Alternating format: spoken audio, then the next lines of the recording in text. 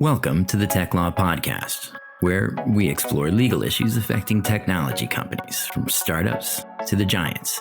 If it's tech and it's legal, we talk about it here. The show is presented by Pillar Legal. We help tech leaders protect their companies so they can focus on innovation and growth.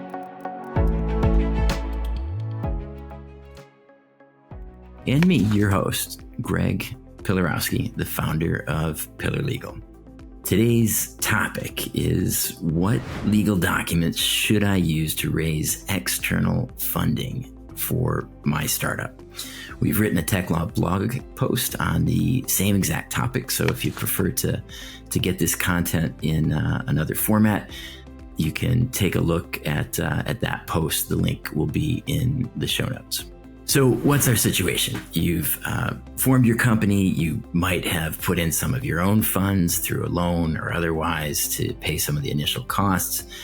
But now you need to raise external funding from investors. Maybe it's friends, maybe it's families. How do you do that? You know you've got to sign something with them. What do you sign? What are the legal documents that you use? Generally, for early stage companies raising external funds, there's three different approaches. One is a priced equity round, one is a convertible note, and the third is a SAFE, a simple agreement for future equity SAFE. How do you choose between these three different pathways? A lot of it often depends on how much money you're raising. If you're raising a lot of money, then it tends to be a price financing round. If you're not raising that much money, just a small amount of seed funds, then it's often a SAFE. For convertible notes, they're not as founder friendly as SAFEs. As a result, from the founder's perspective, you would normally push for a SAFE as opposed to a convertible note. Convertible notes tend to come into play when the investor insists upon them. So what's a lot of money? What's not that much money? I'm reluctant to put numbers on it because we do financings here in the very expensive San Francisco Bay Area, but we also do them in other places, in China and the Mideast. And what counts as a lot of money or a little money is really dependent on the local cost of living. You know, if you're raising $1 million or less, from the founder's perspective, if you can use SAFEs as opposed to a priced equity round, that tends to be better. We'll go into the pros and cons of each approach here in a minute, and hopefully it'll be clear why SAFEs are a good choice from the founder's perspective. So first, a priced equity round. If you do a priced equity round, you have to agree on the price or the valuation that is for the company. Now, agreeing on a valuation for an early stage startup, that's not always easy. You probably pre-revenue, you might even be pre-product, you might not even know your product market fit. And so at that stage, how do you decide what the value for the company is? It can be very difficult. As the lawyer, I tend to come in after this number has already been agreed on. But just over the decades of seeing this, my general feeling is that the valuation often has to do with how good the founder is at storytelling. So if you're a great storyteller at this early stage and you've got a large audience, a lot of different options, can use a lot of the buzzwords of the day in a credible sense, then higher valuation. If less good on the storytelling side, then perhaps a lower valuation. So for the priced equity round, yes, have to do the valuation. In addition, priced equity rounds tend to have a lot of paper.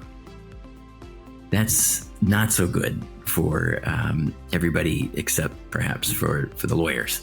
Here in the US, there's two widely recognized set of legal documents that are used for priced equity rounds. One is the National Venture Capital Association Series A forms, which we'll have links to down in the show notes. That's 200 pages, over 200 pages of legal documents. So that's a lot of paper to start off with. Some clever folks have come up with a different set called the Series Seed documents. That's just under 40 pages, so it's a lot better from a page number perspective.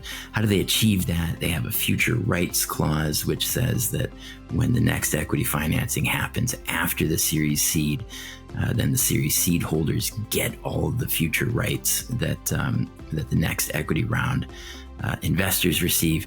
And through that, they're able to cut off 160 pages of legal documents. So a good alternative for smaller financing rounds. These forms, though, they're just the starting place. Folks tend to negotiate first with the term sheet and then with the long form documents exactly what all of the rights are.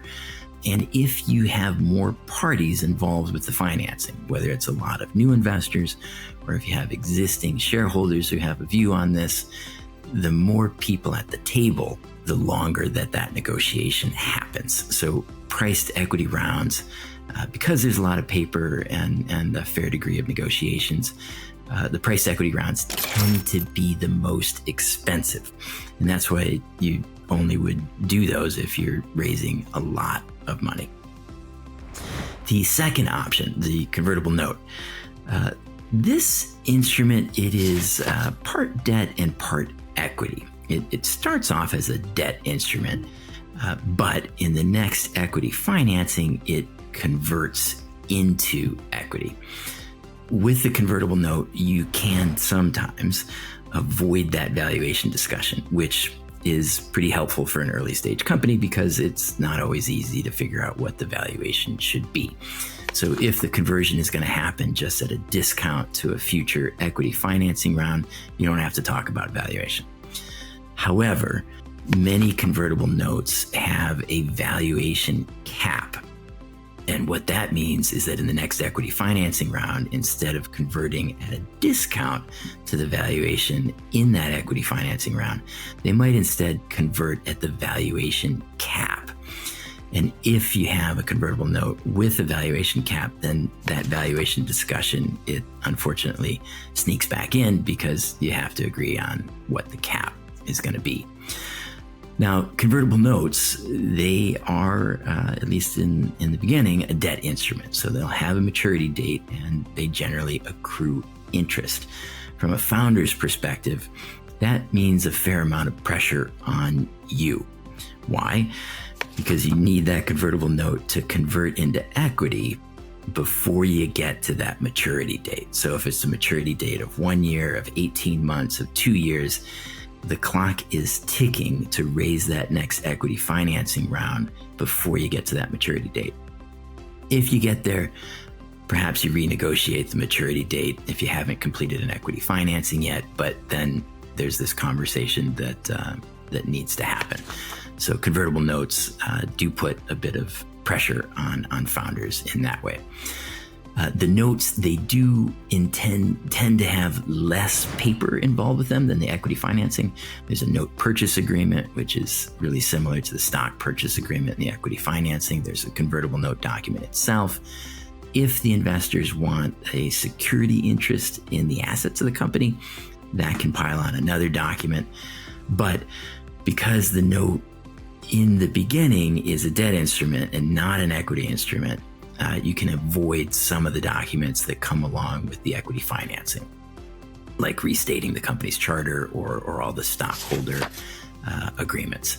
So it tends to be a little bit less paper. So that's a plus on the convertible note side. One unfortunate thing about convertible notes is there isn't a industry-wide accepted standard document. What does that mean? It means whoever's serving up the convertible note documents, the other side has to review them carefully. The conversion provisions in the convertible note can get a bit technical. They have to be reviewed carefully. And then whenever you have lawyers spending time reviewing documents, that, of course, increases the legal costs. The third option, the SAFE, the simple agreement for future equity. This is hands down the easiest, cheapest, fastest way to get funds into a startup. You don't really even need lawyers to use a safe. I can't believe I'm saying that out loud, but it's true. It's so simple. You can just completely do this on your own. There is one risk associated with safes to founders. If you end up stacking many safes on top of one another, signing one round of safes now, signing another round of safes in 6 months, that can have a pretty big dilution effect on the founders. We've written an article about how to avoid this by a slight modification to the safe. Will be a link to that in the show notes. The safe, though, like the convertible note, one positive is that you can postpone that valuation discussion, at least if you use the discount-only version of the safe. That discount-only version, just like a convertible note that converts on a discount to the price in the next equity financing round. So if you use that discount-only safe, you don't have to talk about valuation. There's a second version of the safe, the valuation cap version. And if you use that version, of course, you have to agree on the valuation cap. And that means having that valuation discussion again. So safes, unlike convertible notes, they do not have maturity date and they do not have interest. That's a big advantage from the founder's perspective for the safes, because you don't have the same kind of clock that is ticking on you to get that net equity financing round done before a maturity date. And I think that the safes, by not having a maturity date and not accruing interest, they really are recognizing a reality of early stage investing, which is that if the company doesn't raise that next equity financing round before running out of funds, there's generally not going to be anything left for the safe holders or the note holders to take. And so not having that maturity date, I think, is a reasonable recognition of how risk works in early stage financing. So much more beneficial, much more founder friendly than a convertible note. Another great thing about the safe, it's only 5 pages long. Count them, 5 pages. All right, technically 7 if you count the signature page and 1 page that has 3 lines on it. But 5 material pages of content, and that's great. Probably the most beneficial thing about the safe is that it's standard. So Y Combinator introduced the safe back in 2013. YC is very well regarded as an incubator accelerator out here in the San Francisco Bay Area. They encourage all their own companies to use the safe. And because the document is so simple and is so founder friendly, it became a recognized industry standard document. They're open source on the Y Combinator website. Be a link to that in the show notes. And standardization of documentation, that is probably the only way to significantly reduce legal costs. So with SAFE being a standard document, it's really easy to use. All you have to do is decide, am I going to do a discount SAFE or a valuation cap SAFE? You confirm that there hasn't been any changes to the document. That's pretty easy to do. You can just run a compare version of whatever's been given to you against the open source version from the Y Combinator safe. You can do that right in Microsoft Word. Not too hard. You need to decide what the purchase amount's going to be, and then you need to decide just one number. So if you use the discount safe, you've got to decide what the discount is. 20% tends to be pretty common. If you use the valuation cap safe, then you've got to figure out what that valuation cap's going to be. Once you've agreed on that one number, then you sign it and the investor funds. So the safe is great. We're huge fans of it. Kudos to Y Combinator for introducing that document. There is one risk with the safe, and that's the anti-dilution effect that was introduced when Y Combinator moved from the pre-money valuation cap safe to the post-money valuation cap safe in 2018. Down in the show notes, we have a link to an article that talks about how to fix that. If you do not make any changes to reduce that anti-dilution risk, then it's really important as a founder that you're running the numbers in a spreadsheet on what the safe conversion looks like under different scenarios for future financing, so you can understand exactly how much of your company you're giving to the investor when you sign up safe after safe after safe. That's it for today, folks. We'll have some other podcasts coming to you soon, talking in more detail about the safe, about convertible notes, about equity financing, and doing a walkthrough on an equity financing term sheet that will hopefully help you go into your financing round with more confidence. Thanks a bunch. And if you enjoy the show, go ahead and give us a rating and follow us on LinkedIn and sign up for our newsletters at our website. Links to everything down in the show notes. We look forward to seeing you again soon. Thanks. The Tech Law Podcast is presented by Pillar Legal.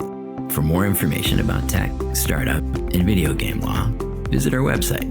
Follow us on LinkedIn, Spotify, Apple Podcasts, or YouTube. Links are in the show notes. And now for the legal stuff. We are lawyers, after all. This podcast is for educational purposes only. The information presented in the show should not be construed as legal advice, and listening to the show does not establish an attorney-client relationship. In addition, the information presented has not been updated since the episode publication date. It may be required to be updated or customized for particular facts and circumstances. Any views expressed by guests are not necessarily the views of Pillar Legal. If you need help with any legal matter, be sure to consult an attorney. And if you don't have one, consider contacting us. This podcast episode may be considered attorney advertising under applicable law.